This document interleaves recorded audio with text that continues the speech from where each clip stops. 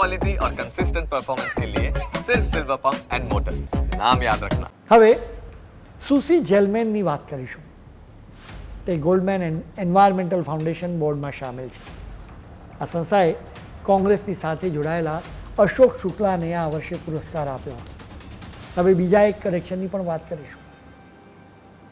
નર્મદા બંધના વિરોધી મેઘા પાટકર પણ અશોક શુક્લાની સંસ્થાની સાથે જોડાયા છે. મેઘા પાટકરને પણ ગોલ્ડમેન એવોર્ડ મળ્યો હતો. મેઘા પાટકરના બીજેપી સરકાર પ્રત્યેના દ્વેષ વિશે તો ગુજરાતીઓને કંઈ પણ કહેવાની જરૂર જ નથી. એટલે તમે એક આખી મંડળીના દરેકે દરેક કિરદાર અને કલાકારોને ઓળખો. હવે અમારા પોસ્ટમોર્ટમમાં તમને એક ચોંકાવનારી હકીકત પણ જાણવા મળશે. રાહુલ ગાંધી વિદેશમાં જાય છે ત્યારે તેઓ ભારત વિરોધીઓને મળતા હોવાનો આરોપ છે. આવી જ એક વ્યક્તિ મિનહજ ખાન છે. રાહુલ મિનહજને મળ્યા હતા. હવે તેની પણ કુંડળી અમે તમારી સમક્ષ રજૂ કરીશું.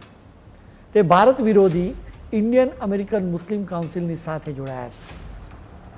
આ સંસ્થા ધાર્મિક આઝાદી અને માનવ અધિકારોના નામે સતત ભારતની ટીકા કરતા રહે છે.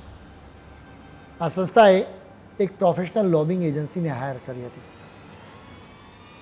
શેના માટે લોબિંગ કરવાનું છે એ પણ સમજવું જરૂરી છે.